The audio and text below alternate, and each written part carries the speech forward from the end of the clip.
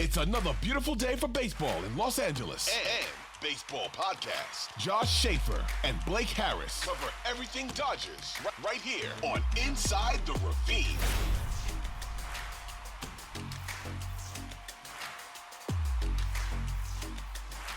How is it going, everyone? Welcome to a brand new episode of Inside the Ravine. Joining me, as always, my co-host Josh Schaefer, no longer in the press box, or I guess the, what do you call it, Josh? The play-by-play booth? Is there an official name?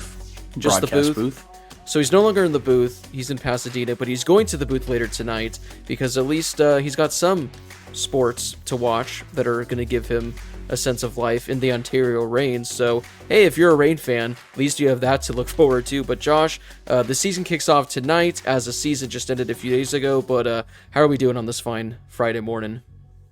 We're doing good, Blake. We got a busy day ahead of us, but starting it off right by talking about how bad the Dodgers were this postseason.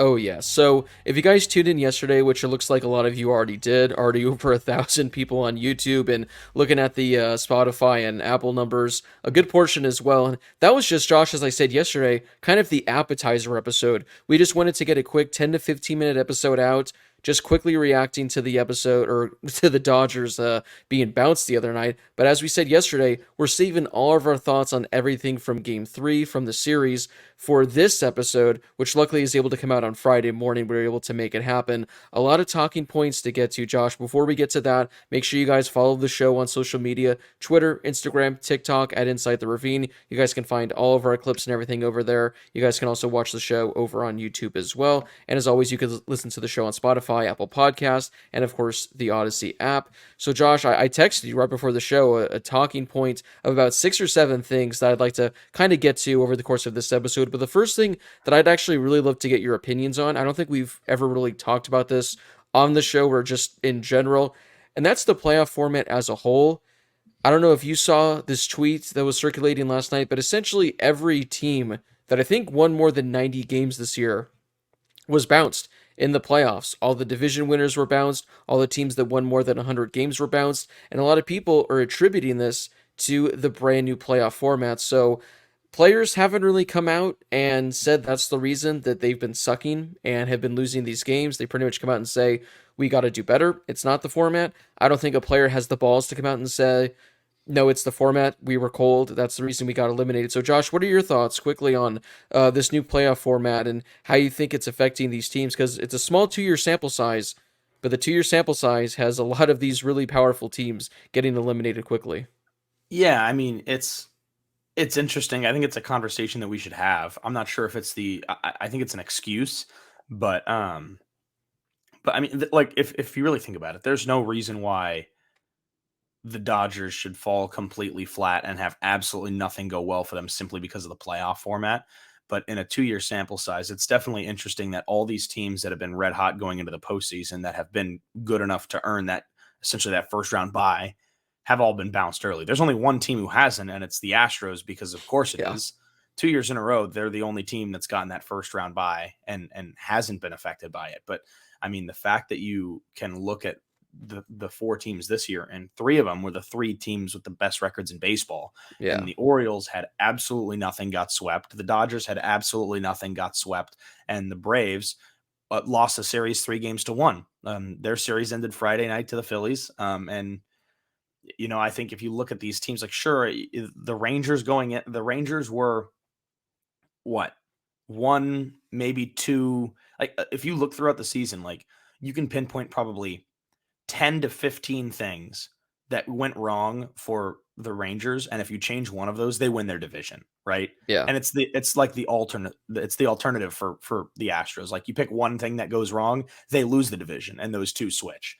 But like the Phillies, like, I think everybody knew that the Phillies were going to be a good team. Obviously, the Braves were really good, and they won that division with ease. But like, everybody knew the Phillies were going to be a good team. The Dodgers, they win their division by 16 games, and it's the same thing that happens to them. So I feel like you have 3 kind of different scenarios between the 3 teams that it happened to. 3 ball clubs that are completely differently built and constructed and play a different kind of game, but still it's the same result. I mean, the Orioles get swept, the Dodgers get swept, and the Braves lose in 4. So it's an interesting dynamic. I think it's an excuse. In the grand scheme of things, I think it's an excuse. But I don't know, man. It is for a 2-year sample size, and the results are all swinging in one way. That's definitely interesting.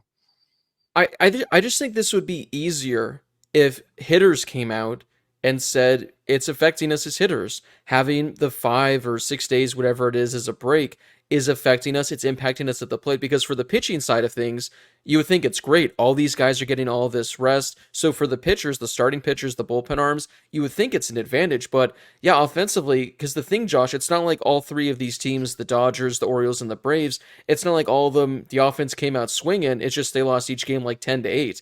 Obviously, we know the Dodgers, I think, only scored 6 runs in their series. The Braves, they didn't score pretty much anything in their 4-game series. Yeah. I think their only showing was the game in which they came back, so their offense was quiet. And the same with the Orioles. So clearly, it's affecting the bats, but is that just postseason baseball where it's such a small sample size? Because I've said this before, Josh, and I stand by this stance. In the National League Division Series, with it being only a 5-game series, I think the worst team in baseball, which you could take the Oakland A's, the Kansas City Royals, I think you could put them in the Dodgers' shoes, and they could win a series in 5 games against whoever they play. I just think it's the craziness and the crapshoot of postseason baseball. But yeah, it is a little bit interesting because now it's been 2 years, and I think it's something like 1-8, or it's something crazy where, yeah, it's literally, I think only the Astros in both years, like you said, they've been able to crack the system because, of course, they have. So I got no problem with it. At the end of the day, you just got to show up, you got to play better, and that's what the Dodgers need to do. But I just, again, I wish a player would come out and just say,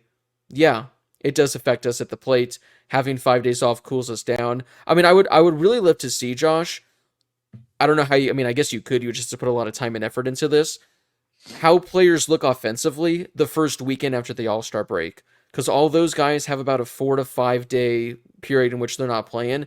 How do they look in that first series post All-Star break? Are the hitters still hot? Are they cold? Maybe you can find a correlation between those, but I got no issue with the playoff format. At this point, they're not going to go back, and moving forward, I don't know how you can change things. At the end of the day, it's just play better, beat the teams you're supposed to beat, and everyone but the Astros seems to fail at doing that, so I guess we'll see. I guess we'll see. Yeah, Dodgers and the Braves were the 2 worst team batting averages in the playoffs, Which is so crazy. far. It's insane. Those were the 2 best offenses in all of baseball, and they both just win cold. Hey, at least for the Braves, it's not just the Dodgers superstars that head to Cancun early. I don't know if you saw the numbers, Josh, but Acuna pooped the bed. Matt Olson pooped the bed. Everyone essentially pooped the bed for the Braves, so at least it's not a Dodgers thing.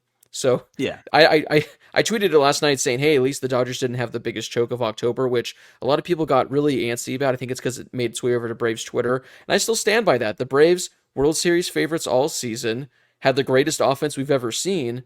And really, they could have been swept. They just needed to come back to win at least one game. So I stand by, at least the Dodgers didn't have the biggest choke. But hey, we're in this together, Josh. Dodgers Braves in Cancun, game 1 Monday. Will you be watching? Oh, I'll be there. Yeah, lucky. Yeah. Let me know how it let me know how it goes, and let me know how Kershaw looks on Monday. But okay, let's transition now, Josh. Talk about Game 3. Talk about the series as a whole. For me personally, this might be the most passionate I've ever been on an episode in the recording history because there are so many things I have strong stances on, Josh. I don't really know where you stand on a lot of things because these are things we kind of have texted a little back and forth. Some things we kind of talked about at the end of Game 1 and Game 2, but I'm sure after losing the series, your opinions have changed just a bit. And we're going to start things off at the very top with what I just talked about. The reason the Dodgers lost was the offense. They scored 6 runs in those 3 games, essentially nothing at any point, no momentum. 1 home run, which came from JD Martinez. I tweeted this the other night, Josh, but the 4 players for the Dodgers that recorded 100 RBIs in the regular season combined for 1 RBI in these 3 games. And we got to start at the top with Mookie Betts, Freddie Freeman. We briefly mentioned them yesterday in the brief episode. 1 for 21 during the series. You take out that infield hit that should have been an error. I'm saying it's 0 for 21. What went wrong, and how accountable do you hold those two getting paid $500 million for essentially doing nothing. Miguel Vargas and Michael Busch, Josh, might have given the Dodgers more production had they been given a shot than those two guys did. Yeah, I mean it's weird to say because you go in and you expect those guys to do something because they had all year. I mean, really, you think about the best kind of 1-2 punches in baseball, and they're certainly in the conversation, if not the best duo in the league. So, Yeah. and they've backed it up. I mean, we can. I think even after this, like, we've talked about this in college with some of our friends too. I know you guys had a really riveting baseball show as well on student radio, but you guys had talked about how like all of these awards at the end of the season, they say they don't take playoff performances in, but it seems like they do.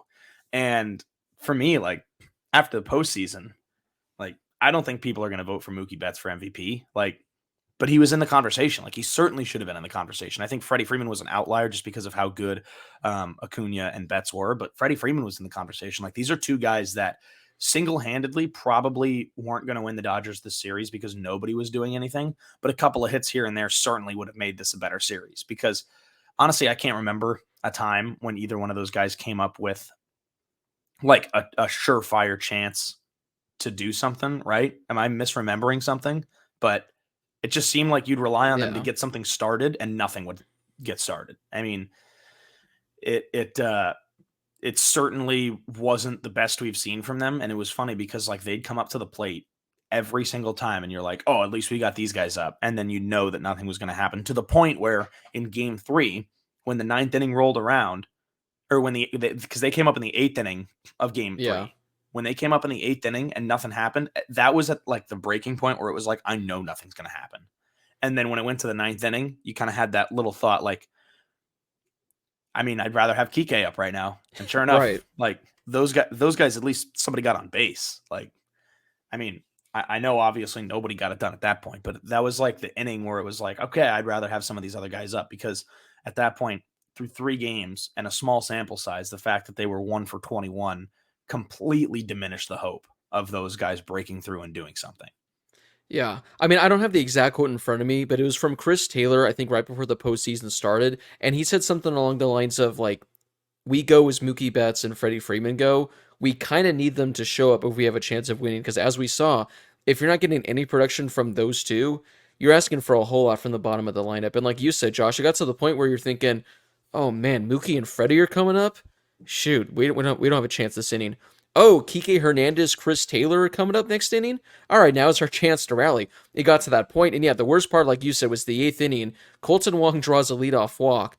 Mookie Betts, Freddie Freeman, this is their chance to redeem themselves. They could have completely wiped out the previous 20 at-bats. And they go down and back-to-back strikeouts. I don't know what it is. Josh, for Mookie Betts, this isn't just a trend in this postseason in which he went hitless. Over the last 2 postseasons, Mookie Betts is now 2 for 25.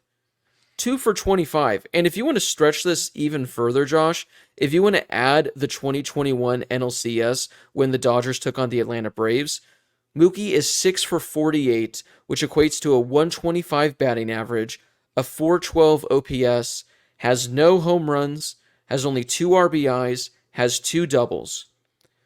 This is the guy you're paying $365 million a year. Or not a year, it felt like that. $365 million over the course of 12 years or however long it is. This is the guy that's one of the highest paid players in baseball. He has a podcast. He has a YouTube channel. He likes to bowl. He's always smiling with guys on the bases. I know it kind of drew some criticism when the Dodgers were trailing like 10-0 in game 1. He was at second base, smiling, chopping it up with Corbin Carroll. This is the guy you're pretty much putting it all in towards. And he does not deliver a single hit. He has 2 hits the last 2 postseasons, and he's hitting, like I said, 125, going back to the 2021 NLCS. I get it, the Dodgers don't win the World Series without Mookie Betts in 2020. But I don't know, Josh. I mean, the way Corey Seager was playing, the way that team was playing, I know Mookie had an okay playoff run, but I don't think he did enough to warrant what he's done these last couple postseasons. It's inexcusable. I wish he would hold himself to a higher standard in his post-game interviews. I saw some tweet the other day as well where it was something like incoming Mookie Betts statement about how the other team drives nice cars too. And essentially his post-game presser from game 3 was, those other guys get paid a lot of money too. I want Mookie Betts to stand in front of the reporters, in front of the camera, and say, I sucked. This is inexcusable. Our performance as a team is inexcusable. This should not be happening. I'm getting paid so much money. I need to deliver. I think he pretty much said something along the lines of like, I sucked, which, okay, like you admit you sucked, but my goodness, this is now essentially three postseasons in a row where your top guy has been a non-factor and you'd be better off playing someone else. Yeah, he did after the game, after they got swept, say that he did absolutely nothing to help the team win. Yeah. So at least there's that. But That's something. yeah, but I mean, it's, obviously it's hard because, he has every year he has a good regular season, and every year he's the Dodgers' best player. And I think he's their most important player too. But the small sample size of the postseason has not bode well for him. And 2 years in a row, I mean, he hasn't delivered at all. This year he was 0 for 11.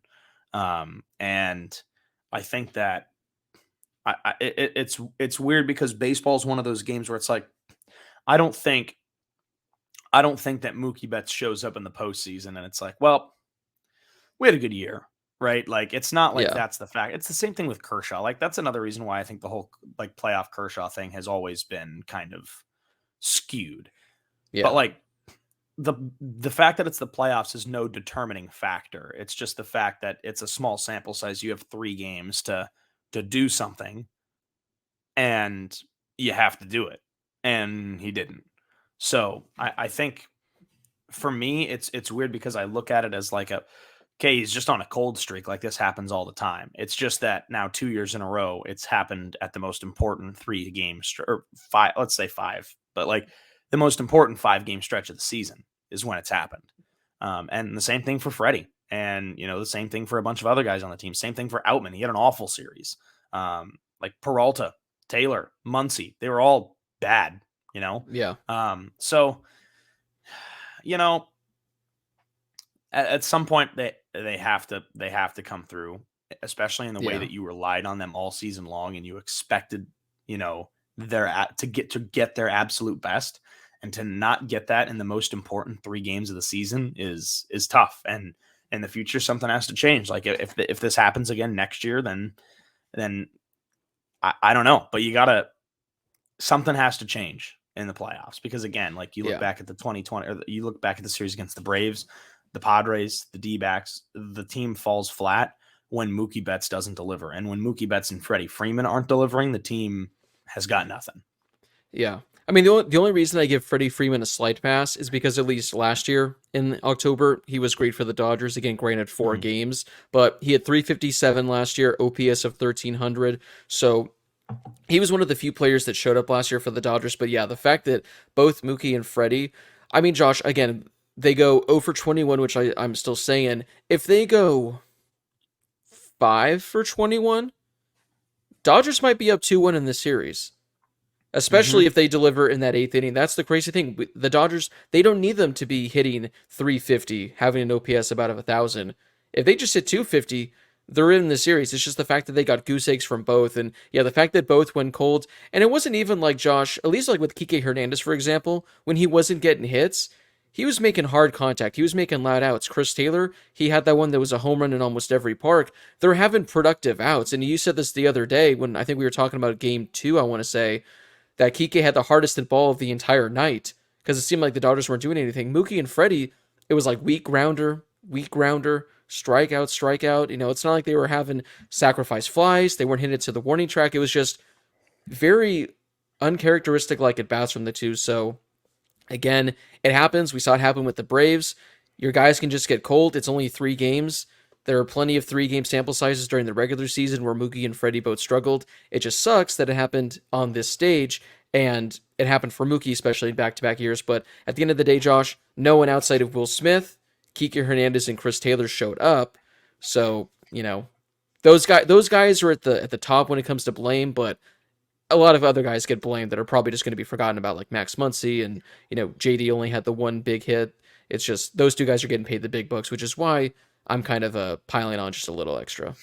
I mean, at least for JD, it was a big hit, but the Dodgers only one Yeah, home run in 3 games. I mean, you look at where they finished in the regular season, they hit 249 home runs. That was the second most in baseball. They hit 1 home run in 3 postseason games. The D-backs over here finished 22nd in the league in home runs. They only had 166 it's, home runs, and they've it's hit, what, insane. 13 in the playoffs? It's 13 insane. home runs? It sounds impossible. Like, if you would have told Yeah, me that, I would have been like, if you would have told me before the series starts and you were like, not only did the D-backs sweep the wild card round, but they sweep the Dodgers and they lead the postseason with 13 home runs. I mean, like, I'd say that's the worst postseason prediction I've ever heard. like okay, Ben Verlander. Yeah, like it's been unbelievable what they've done offensively. Yeah, And like you look at the alternative and you look at the postseason, and again, the Braves didn't do anything. They hit 307 home runs in the regular season. They hit in 4 postseason games. I'll kind of give them that, but like Dodgers that's hit crazy. 1. The Dodgers Yeah, also scored the fewest amount of runs of every team that advanced past the wild card round. it's So crazy. yeah, That's what I'm saying. A player needs to it's come led. out and say something. Like, is this If affecting somebody you or says not? something, I'll believe it. If somebody says something, I'll believe it. But That's all it's gonna take. One guy, just one guy, needs to be like, I felt cooled off at the plate, but no one wants to be the guy that blames the layoff, which I get. But yeah, if no one says I don't want to do anything, that. yeah, I wouldn't want to be the guy unless you're like a veteran that has nothing to lose. But I mean, I don't. Josh, we should just play baseball every day for about 100 days straight, then take 5 days off and see how we look. Maybe we can do our own social experiment. We'll do it. We'll get all our friends. We'll go to the park. Josh, if it's anything like the batting practice we took at Arroyo Seco that one day, it might not be pretty. Yeah. Yeah. I think I got one out of the infield. I didn't hit. Oh, you didn't hit? Well, to No, be fair, because their coach was like pumping gas at us, and I'm thinking, at least give us yeah. something easy to hit, but no. For those who don't know, which would be everybody, Blake and I worked for a college summer league baseball team one summer. And like second to last game of the year, they were like, "All right, all the media interns get to take BP, but like you also had to go shag." So I had a Yeah. glove in the outfield and I was shagging, and I was just like, "Oh, I'll go last." And then I just never got to go. They were like, "All right, we're done." It's like, Yeah. "Oh man." Blake was so bad. They were like, "Nah, we got to shut it down." Yeah, again, here I am thinking they're probably going to be lobbing it out to us, and no, I'm pretty sure whoever was throwing it harder for the interns than for the actual players, because he wanted to make sure none of us, outperformed the Arroyo Seco Sentinels, which Josh would not have been hard to do that year. So No. maybe They were that's not very why. good when we were there. But like I said, I hit one out of the infield, and it was a great feeling. But we're gonna take a quick break. When we come back, we're gonna be talking about Dave Roberts, whether or not he's to blame for the series, and we're gonna be talking about a few other postseason decisions that the front office and team decided to do with the Dodgers. All right, Josh, we are back from break, and I want to talk about Dave Roberts because this is an interesting conversation. I'd love to hear your thoughts on. I've seen it pretty split on social media. A lot of people are saying Dave Roberts has to go. This is the final straw. A lot of people are saying Dave wasn't the one that was allowing 10 runs in the first inning. He wasn't the one that's getting paid $500 million to go 0 for 21 at the plate. So, what are your thoughts on Dave Roberts and his job security following this series against the D-backs? Well, this year the Dodgers won 100 games in a year where we did not expect them to win 100 games. They won the division with ease when everyone was picking the Padres to not only win the division but win the World Series, which I think also is credit to both the Dodgers and the Diamondbacks. And the Padres just completely fell flat. But those are two teams that I think everyone was saying maybe they'll make a run behind the Diamondbacks or behind the Padres, but Dodgers won 100 games. They win the division with ease. They fell flat in the postseason, but this is the 5th time in 8 years that Dave Roberts has coached his team to a 100-win season. One of those 3 where he didn't do that was when they won 47 games in the shortened season, or 43 games in a shortened season. And the comparison to a full 162-game season is that equates to a 116-win season. So, Pretty good. And then the other 2 times were 91 and 92 wins where they won the division still. So, I'm not blaming Dave for this because I feel like, again, the team has been an absolute wagon under Dave in the 8 years that he's been here, including, the years where they haven't had a great start and have had to come from behind, just like this year. Like, the season started and we were thinking, like, what is this team going to turn out to be? And they turned out to be a team that won 100 games and won the division by 16. So, I think that it's easy to blame the manager, and I've heard a couple of times like somebody has to take the blame for it, and usually that falls on the manager. But in this case, I think why? Because as you and I have talked about on the show a couple of different times, I think probably almost anybody could have taken some of these Dodgers teams over the course of the past few years and won the NL West. Like, it could have been anybody. That the teams were that good and they were that well built and well constructed by Andrew Friedman. But this year, yes, you have your core players, both pitchers and hitters, but more importantly, you have kind of this collection of value buys. That's kind of what we've been saying. The high reward, low risk players that the Dodgers have kind of thrown into this concoction of a roster, and to see what you get out of it. And what you got was a team that won 100 games, won the division, with guys like Ahmed Rosario, Kike Hernandez, Ryan Yarbrough coming in at the trade deadline, Lance Lynn, value buys, all of them. The high reward, low risk players. Well, I mean, I think Lance Lynn was kind of a high risk, but either way. But all the rookies that were pitching, Pepio, Bobby Miller, Emmett Sheehan, like the guys that left, Trey Turner, Corey Seager 2 years ago now, but Justin Turner, like, and then some, Cody Bellinger. You've got all these guys that left, and the replacements, for lack of a better term, were guys that a lot of them were going to be rentals and 1-year deals just to kind of see what you get from the Dodgers this year. And they won 100 games under Dave and company. So I understand that you typically blame the manager. I just don't see it. I think he's in the conversation for manager of the year this time. And like, I know that he usually is, but the team's always that good. I legitimately think that he's the manager of the year this year in the National League. And beyond that, I know so many people have been calling for Roberts to be let go. Who in the world is a better option right now? Who do you hire?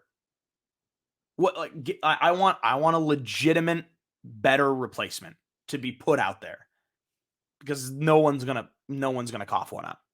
The only chance that the Dodgers had to strike was with Bruce Bochy when he was still retired. If you wanted someone that was a better option, that was the only chance. But outside of that, Josh, I agree. Like, what are you gonna do? Get Gabe Kapler in? Because he did a fantastic job with the Giants, leading them to mediocrity every year. I mean, I saw something on Twitter about bringing Chase Utley in, which I do think Chase Utley would actually be a decent hire, but they don't go that route. But I agree, Josh, because one thing, if you do have to fire Dave Roberts, which again, I guess a lot of people are getting behind, you have to take in mind, who are you replacing him with? I don't think you're replacing him with anyone better, than anyone that gives you a different chance. Sure, maybe people want a different voice in that clubhouse, but Dave Roberts is probably the best player manager in all of baseball, as every player that's played for him has said. And Josh, you pretty much laid out his resume from this past season as to why he should win Manager of the Year. The job that Dave Roberts did in 2023 is the best job he's done as manager of the Dodgers. Dave Roberts isn't the one that took the mound in Game 1 that allowed 6 runs or whatever in the first inning. Dave Roberts isn't the one that allowed a record-breaking 4 home runs in Game 3.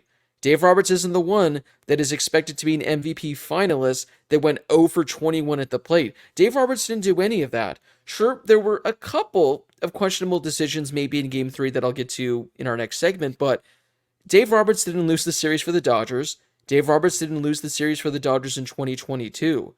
At the end of the day, the players have to show up. I know fans want a scapegoat. They want someone to pay for the postseason exit.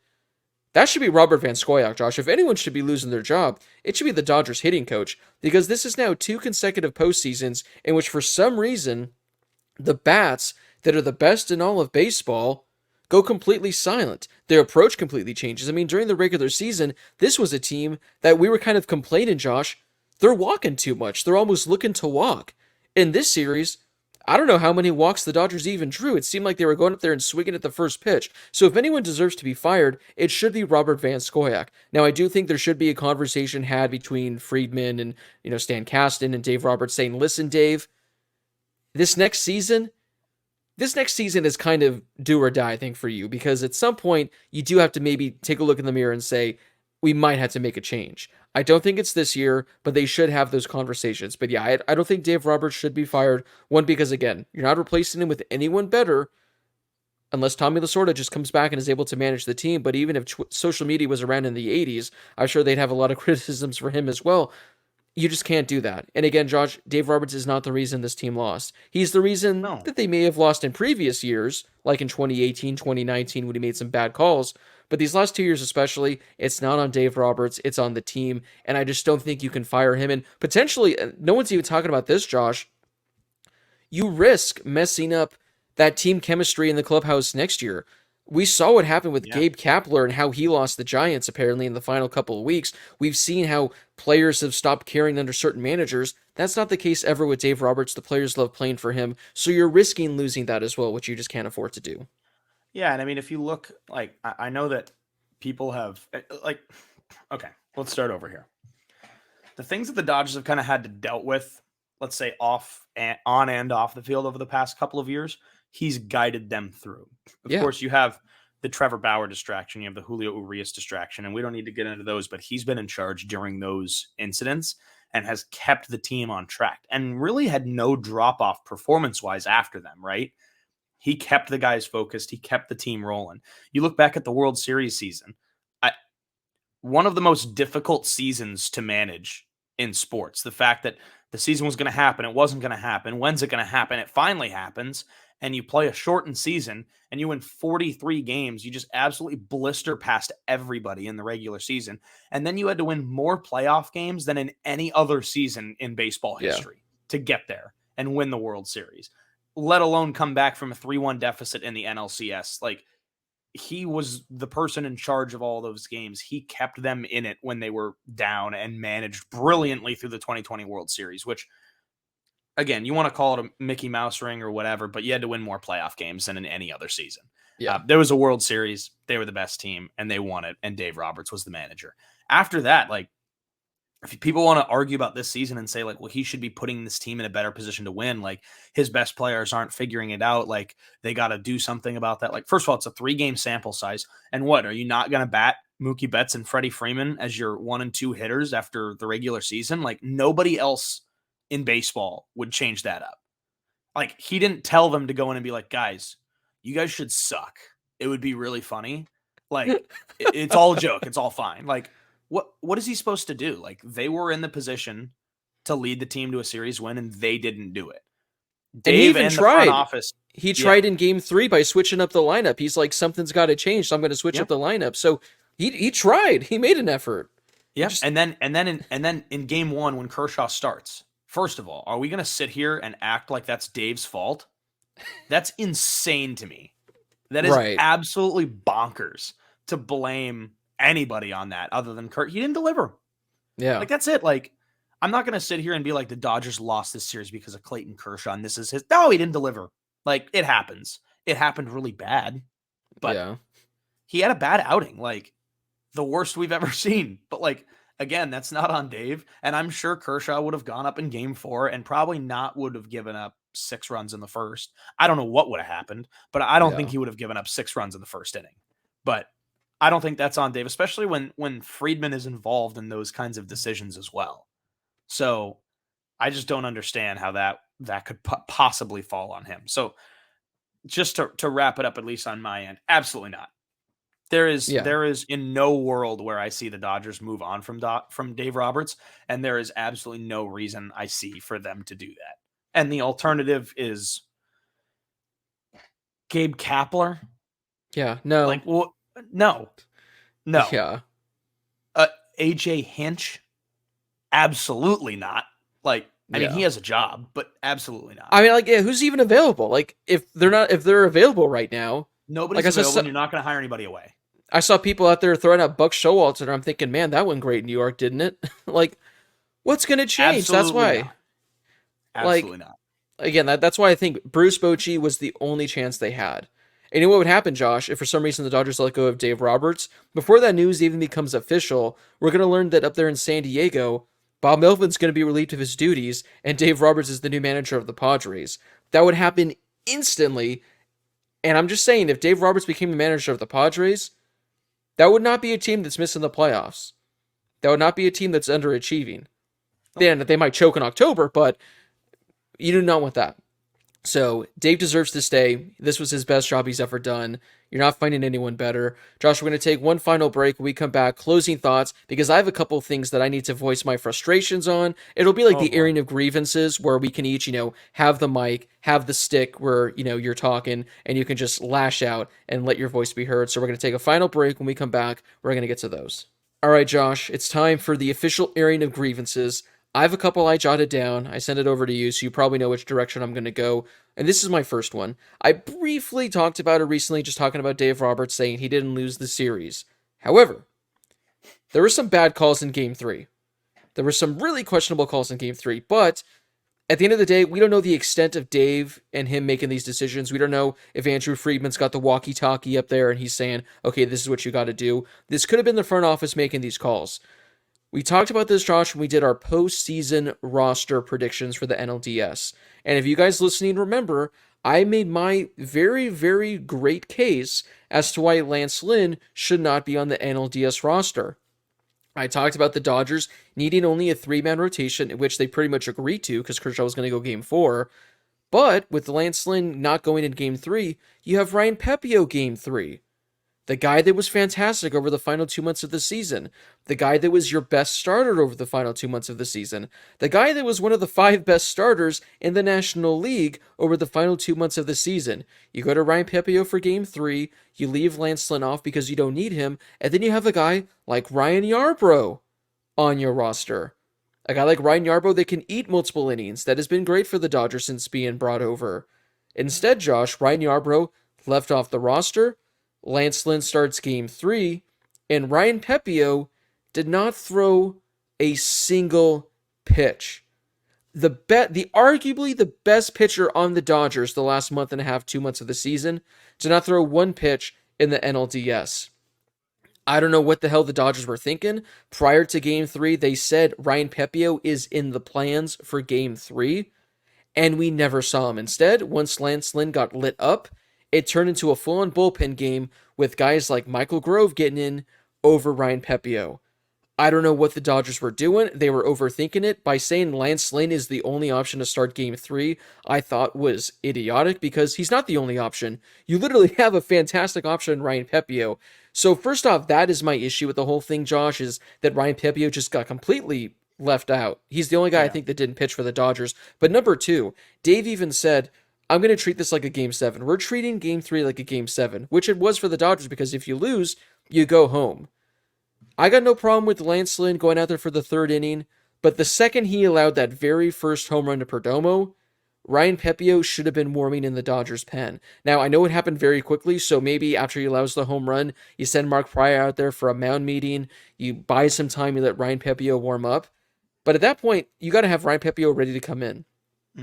At the time of the second home run, which I don't think was the next at-bat, I think it was 2 at-bats later because he got a second out or something like that. I forget how exactly the inning shaped out.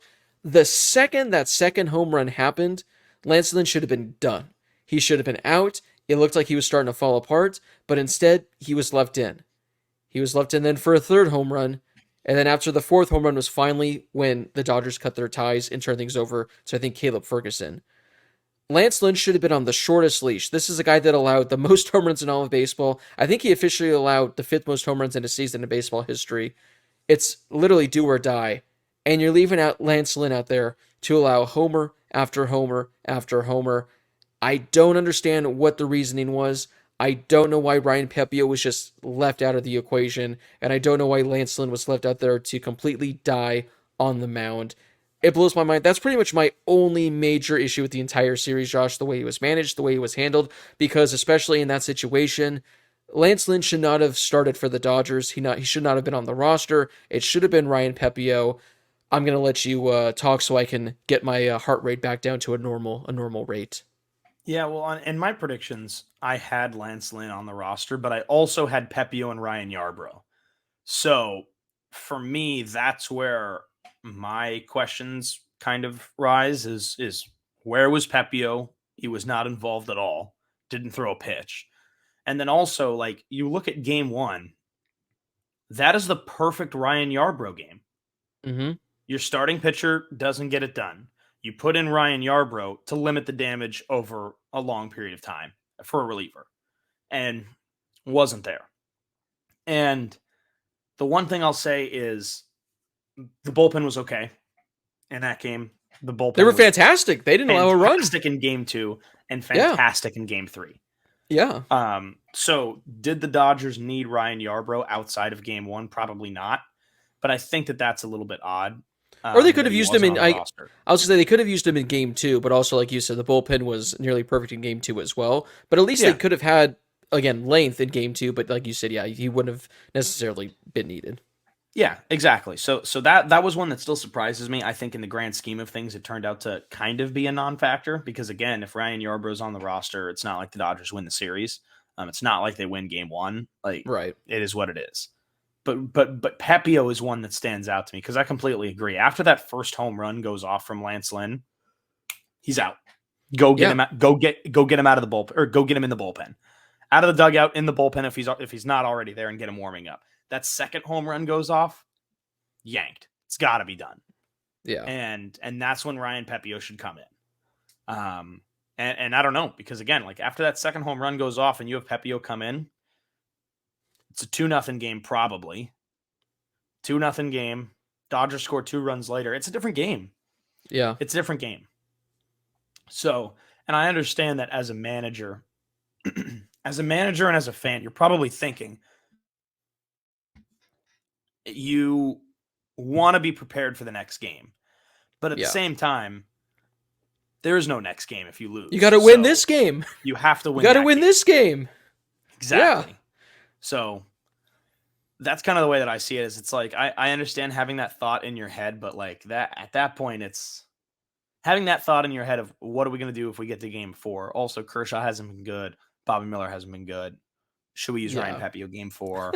Like, I don't want to be in that position, right? I wouldn't want to. Yeah. But the fact of the matter is that you don't get to game 4 unless you don't lose the series and get swept in disgusting, embarrassing, just decimating fashion in game 3. So you got to win that game. And I think that's a decision that should have been made. But, you know, that's one of the big gripes for me is Pepio. Ryan Yarbrough, again, like I said, I think in game 1, I was really upset that Yarbrough wasn't in. And I didn't really understand that. But really, like, that really doesn't matter. But the biggest gripe that I have with that, with any of that, is the Ryan Pepio not throwing a pitch. Yeah, I think Lauren Shahadi, who was like the sideline reporter, she said at one point during game 3, she like talked to Dave Roberts, and he pretty much said, yeah, we're probably not going to use Pepio because we do need to look forward to games 4 and 5. And I'm just thinking, you need to win this game to get there. You throw all your eggs into this basket, and then if you win, you just figure out game 4. If you don't have Pepio, if you don't have Sheehan, if you don't have all these guys, you figure it out. You just hope Kershaw's able to do it. So, yeah, that whole thing, how it went down, especially that they said Ryan Pepio is in the cards and he wasn't used at all. Like, it blows my mind, Josh. He was their best pitcher. He was their best pitcher over the final 2 months. So that was awful. Another gripe that I do have that I want to quickly bring up, this was something that when the postseason rosters came out, we kind of texted back and forth about, is the fact that Ahmed Rosario was left off in exchange for Colton Wong. Colton Wong, a guy that I believe was DFA'd twice this season, or maybe twice in the last 2 years. A guy that had a few at-bats for the Dodgers in September. Granted, he looked okay in his bats. But Ahmed Rosario, not only is probably your fastest player on the team, is probably your best hitter against left-handed pitching. He was excellent against left-handed pitching this year, especially with the Dodgers. But, the DBacks are only going to be starting righties, as if they don't have any lefties in their bullpen. And what happened, Josh? It came back to bite the Dodgers because in the biggest moment of the series, the Dodgers were down 2, they were rallying, they had 2 runners on base, a lefty comes out of the bullpen. Instead of going to Ahmed Rosario, they have to go to Austin Barnes because that's what was left, Josh. Yeah. Austin Barnes had an at-bat in the biggest moment of the series. Even going back to game 1, I think it was game 1, the biggest moment at that point, when the Dodgers had the bases loaded, they turned to Colton Wong. And what happened? He got out. I said it then because I'm thinking, again, I get that there's not going to be any lefties starting for the D-backs, but you need a guy that can hit lefties off the bench. And what happened? It came back to bite the Dodgers. Now, does Ahmed Rosario deliver in that moment? Knowing the Dodgers, he probably strikes out and gets out of the innings over regardless. But the way that the Dodgers constructed this postseason roster, it's like years back, Josh. I don't know if you remember. It's very hard to forget. When in the biggest moment in the NLCS came, Steven Souza Jr. is taking at bats for the Dodgers. Mm-hmm. They've done this in years past, and I don't know how they managed to mess up the bench, but leaving Ahmed Rosario off, having Colton Wong on, why? Josh, calm me down again. Bring me back down to earth. Calm me down. I just, he hit 265 this year. Like, he was a good hitter. His OPS went up when he came to the Dodgers. Like, he had a better OPS with the Dodgers than he did with the Guardians. Like, he had a good season. Yeah, and he finished over his last couple of games of the season. He finished hitting 515, or he was 5 for 15. And over his last 15 games of the Dodgers, he was hitting like 275. Like, he was good to end the season too. And that's, it's disappointing because I felt like he would have been perfect in those situations. Again, it's one of those things where it's like he alone does not win the Dodgers that series by coming in and there's no guarantee that he comes in and does anything in any of those moments. But like, I certainly would have felt more comfortable with a more reliable, a more consistent bat coming in off the bench. Yeah. So. God, it's just again, it's unbelievable. Season on the line, Colton Wong. Season on the line, Austin Barnes. Season on the line, Steven Souza Jr. Like, I think Billy McKinney, I think, was even in that scenario a couple years ago. Again, Ahmed Rosario might not deliver. He likely doesn't, knowing he puts on a Dodgers uniform. But I couldn't believe it, Josh, when that was the only option. Austin Barnes, and then he swings it. Ball went in the dirt and grounds out, and I'm thinking, geez.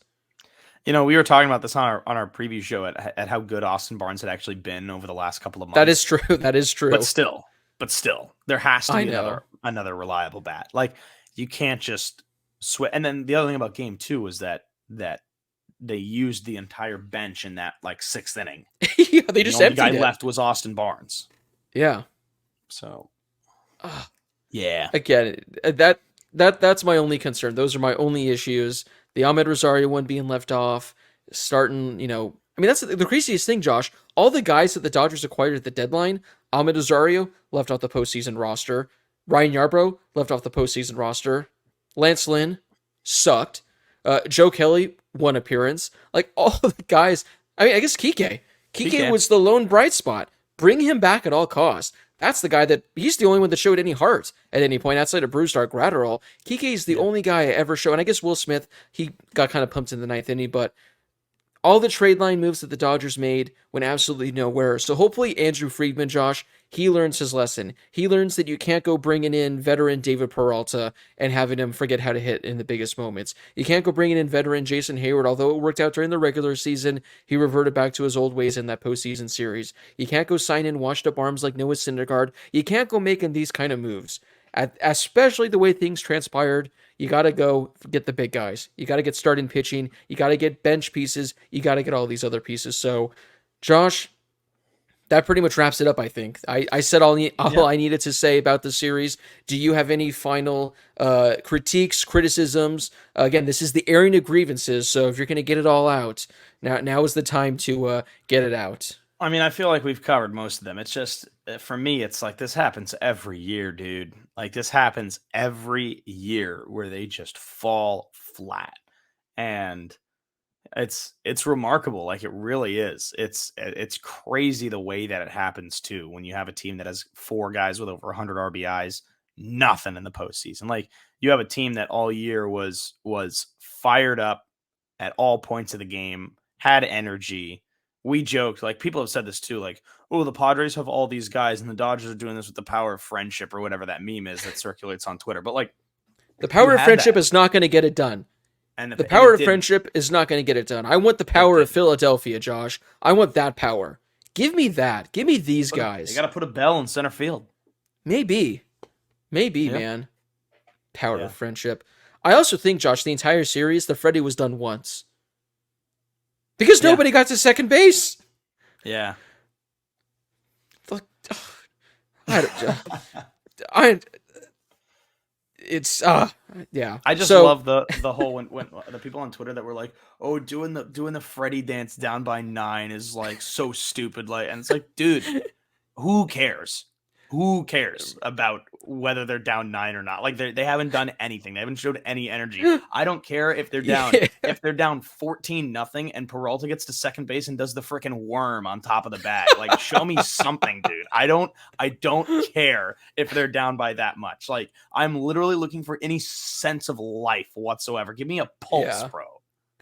I will say it did look kind of ridiculous when they were down 9, but also you got to do something to get people fired up. So I don't hate it as well. David Peralta was getting hate, but it did.